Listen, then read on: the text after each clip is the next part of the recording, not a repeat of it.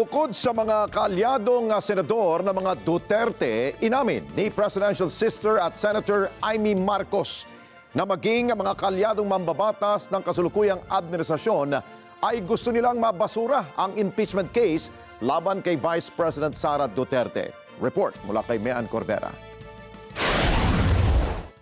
Hindi lang umano ang tinaguriang Duterte Black sa Senado kundi mga senador na kaalyado ng administrasyon ang gustong maibasura na ang impeachment case laban kay Vice President Sara Duterte.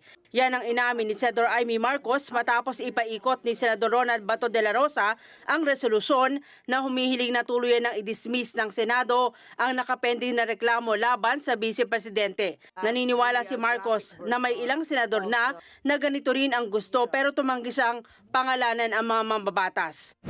Mismo yung admin, sa palagay ko, interesado na mawalang bisa na yan. Kasi kinakabahan din na matalo. Aminin natin. Yun lang ang suspecha ko.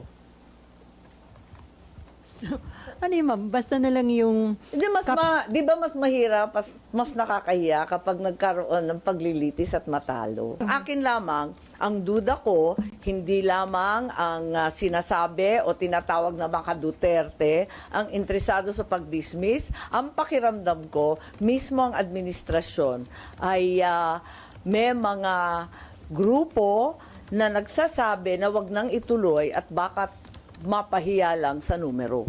Pabor si Marcos na maibasura ang reklamo dahil hindi rin naman ito matatapos sa loob ng 19 Congress. 3 session days na lang ang natitira sa 19 Congress na nakatakdang mag-adjourn sinidya sa June 13. Para sa akin, wala na talagang panahon para sa trial. Dapat ibasura na kung gusto talaga ng House of Representatives. Wala namang problema. Pwede silang magpila ulit subject to the 1-year ban. That seems very, very clear to me. Naniniwala naman ang senador na hindi valid ang impeachment case na isinampa ng mga kongresista laban sa pangalawang pangulo. Yan ay dahil may 3 naunang impeachment complaint na naihain sa Kamara noon pang December 2024, pero ang inakyat lang ay ang ika-4 na impeachment complaint na ipinasa sa Senado noon lamang huling sesyon ng Pebrero. Yung validity mismo na pagpapadala ng House of Representatives sa amin, kine-question ko eh. Kasi bakit ganon? Postpone sila ng postpone, tapos hinuli talaga sa last day. Tapos kami ang sisisihin nagde-delay. Teka nga, tignan ninyo yung mga datos. Pero kung si Senator JVL ito ang tatanungin, dapat ituloy ng Senado ang pagdinig. Paalala ng mambabatas, ang pagdinig sa impeachment complaint ay bahagi ng kanilang mandato batay sa saligang batas. The Senate is duty-bound to convene the impeachment court according to our Constitution. Kumbaga, ano namin yan?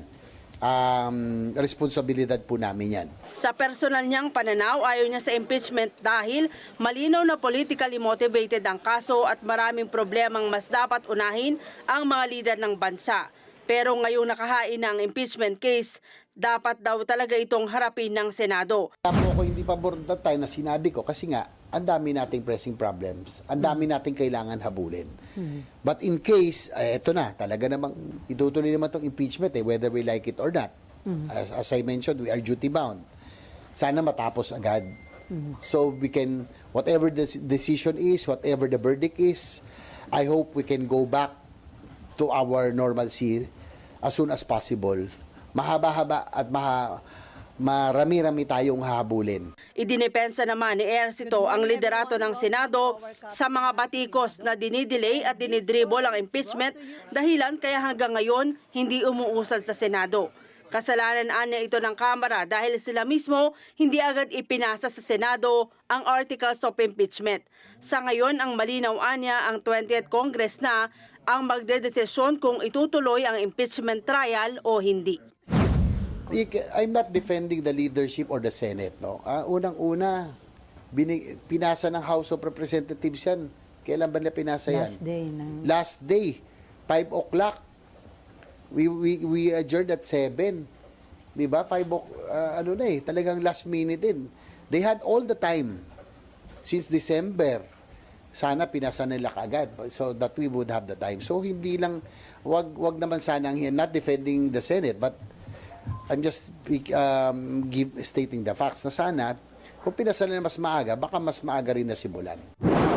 May Ann Corvera para sa Mata ng Agila, matatag, matapang, matapat.